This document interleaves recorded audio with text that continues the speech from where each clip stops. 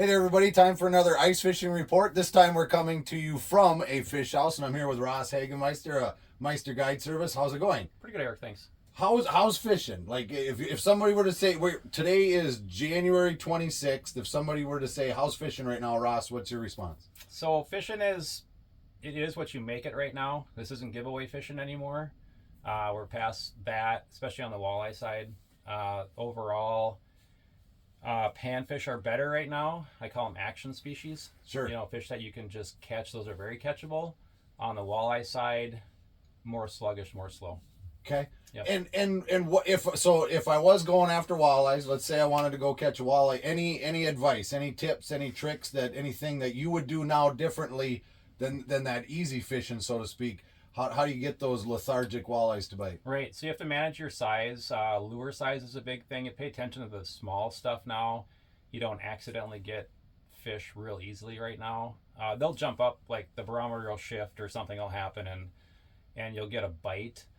And it doesn't matter a lot what you're doing, but that's very rare. It's like a 5 or 10% time. The other 90%, you've got to really watch your sizes. Pay close attention to your minnow sizes. I tend to lean small this time of year.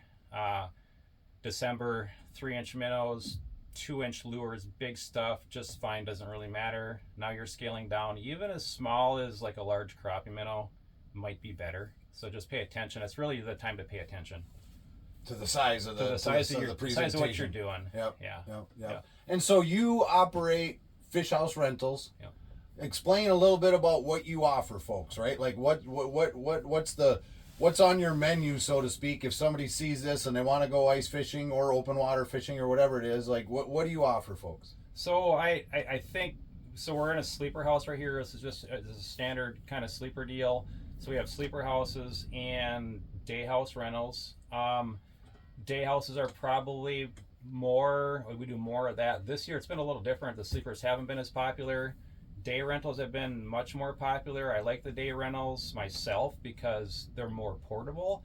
They're easy to move around, and I do not like people not catching fish. Right. So when fishing gets slow on a day house, we crank it up and they're gone. We still move our sleepers, but it's a lot more cumbersome. You have it's like moving somebody's living room.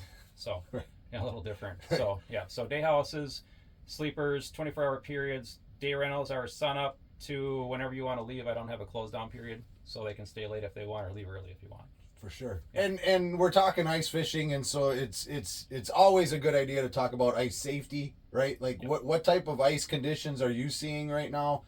And what advice would you have for folks if they are venturing out on the ice? Yeah, right. So the safety is a huge thing. I'm a real stickler on folks asking me if the ice is safe. I'll always say no. And that's because most of our lakes in most of our counties, not just Otter Tail County, but there's some current coming in somewhere. A lot of these are linked together by some sort of creek or river. And so to assume that it's always okay is not a correct assumption. And then we have heaving. When we have cold weather years like this, we get some movement, and there's typically heaving in the middle. And the larger lakes are typically heaved a little bit more. West Battle Lake now has a pretty prominent heave. This one has a heave that I wouldn't cross.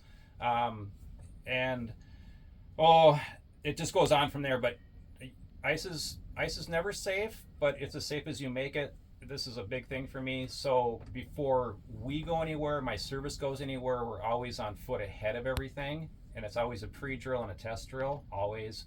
And if somebody calls me tomorrow and they said, how's the ice? Can I take my car out there? I'm like, dude, you have to get out there and look at it. You really do. And I'm not trying to be rude, right. But you really you have to feel comfortable in your own ice fishing world.